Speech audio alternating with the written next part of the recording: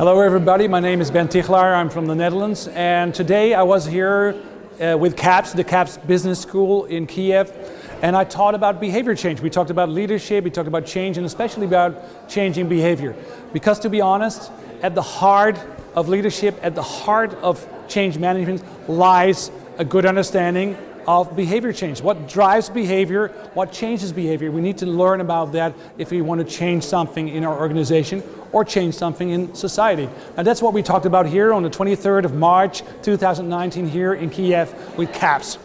What I'm going to do here is I'm going to give you a brief recap of the most important model that we talked about today. And the most important model that we talked about is called the ladder. The ladder, you can draw it like this, is a very simple ladder with three steps, and it kind of depicts the way I look at change, and many people, of course, in the world also look at change. Because if you change something, you first probably will set a goal.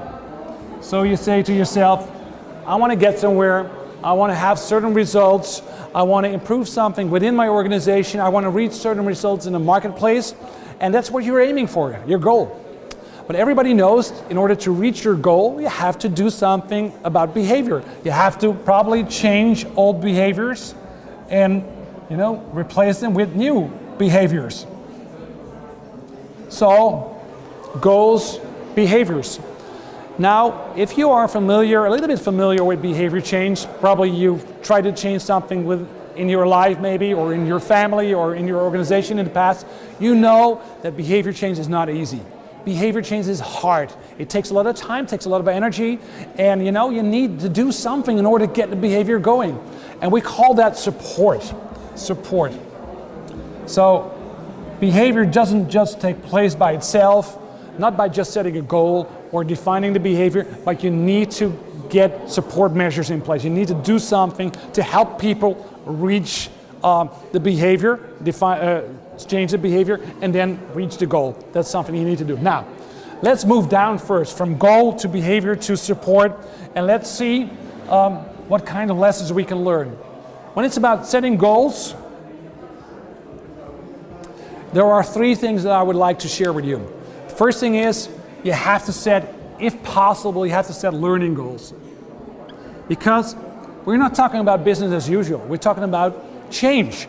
You're going to try something new. And if you try something new, it's always about learning. So that's the most important thing to start with. If you set a goal, please set a learning goal. Because in a learning situation, if people make mistakes, they don't really care, because you are there for learning. So if you make a mistake, you're not trying to hide it. You just learn something from it, you adjust, you change your course a little bit, and then you go again, you give it another try. But if you set a performance goal, and you need to really be somewhere within 3 months, you really need to hit a certain target within 3 months. The problem is that if you make a mistake then, you're probably going to try to hide it. You don't like mistakes, you're going to be more careful. So please start with setting a learning goal. Now, the second thing about setting goals is that you have to have a clear why. Why do you want to reach this goal? Why is it important? Yeah, maybe for making a profit, I understand, but why do you want to make a profit? Why is that important? So can you give me a reason why you want to reach a certain goal? And the third thing about setting goals is that you have to make sure that you set priorities. In most organizations, we have many goals, and they're all equally important. Well, let's be honest, in practice that just can't happen, because you only can spend your time on one goal at a time. So if you're honest, probably have in mind a certain list of priorities. You know that one goal is more important than the other one. So please, if you have more than one goal, set priorities. A numbered list of priorities, like we used to do in the old days. Now, after setting goals, you have to define the behavior. So this is the goal that we want to reach, this is the result that we want to see, this is what we want to learn. Now, what are we going to do? What is the specific behavior that we want to try out, that we want to experiment with? And again, 3 little lessons. First lesson, if possible, choose a behavior that you like to perform. Make it a little bit fun. For instance, look at your strengths.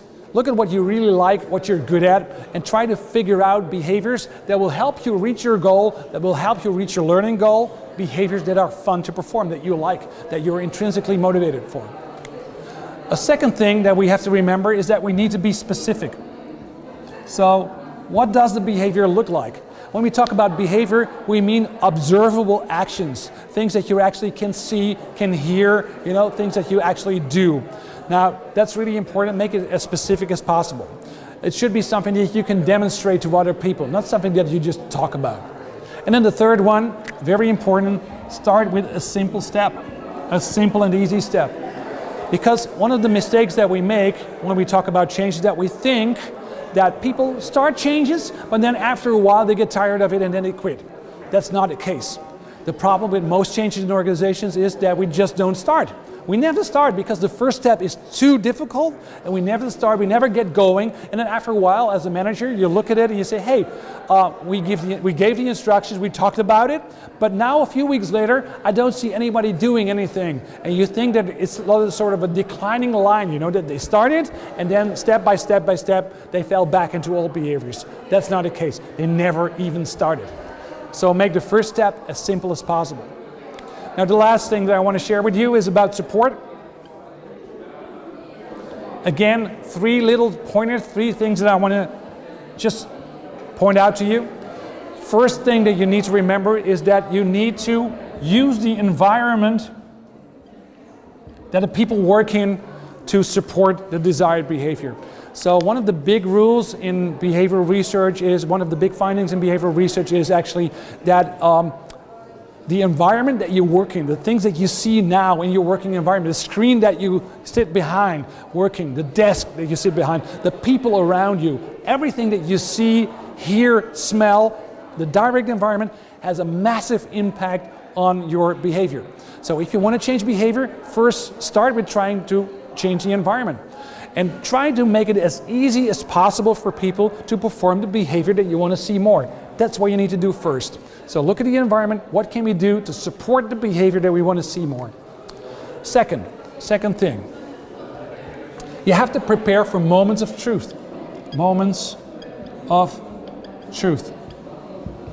The problem is that even if you start changing behavior, you probably one day or another will arrive in a certain situation, find yourself in a certain situation that makes it difficult to go on with this new behavior, that will make it difficult to just, keep it up.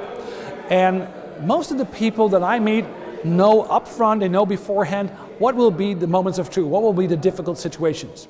And these difficult situations, they cause stress, and problem is that you probably will fall back in old behavioral patterns then again. So prepare for those moments of truth. Know them in advance and prepare for them. And then the third and last one that I want to share with you, environment, moments of truth, is what we call self-monitoring. One of the things that we know from behavioral research is that when people want to change something about themselves, of course as a manager you can keep track of it, but it's better when people keep track of their behavior change themselves.